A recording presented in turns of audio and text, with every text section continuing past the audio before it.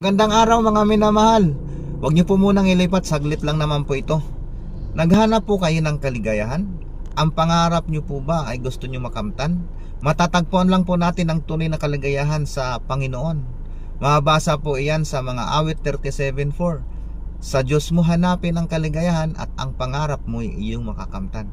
Sa Panginoon lang po talaga natin matagpuan ang tunay na kaligayahan. At ano pa, ang pangarap natin ay makakamtan. Purihin ang ating Panginoon. Lambing lang po mga minamahal, paki-subscribe, paki-share, like, tapos pindutin nyo na rin po ang notification bell para mas malawak, mas marami ang makapanood, makarinig ng salita ng Panginoon. Kasi kailangan sa ngayon ang mga tao ay makarinig sa salita ng Panginoon, makapanood sa salita ng Panginoon. Purihin ang Panginoon. Amen. Amen. Pagpalain kayo ng Panginoon.